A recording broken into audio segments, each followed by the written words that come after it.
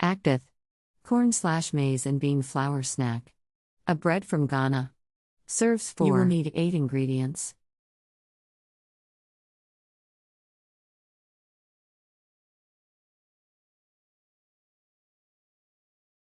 Step 1.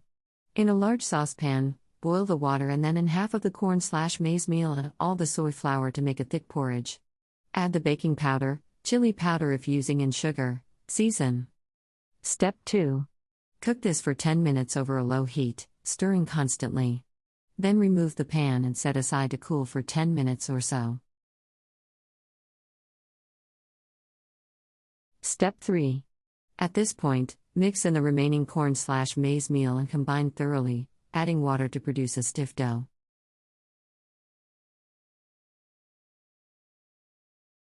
Step 4. Now pour enough oil into a pan or wok to give a depth of around 2 inches, and heat up. While it is warming, mold the dough into balls about 1 inch in diameter. Step 5.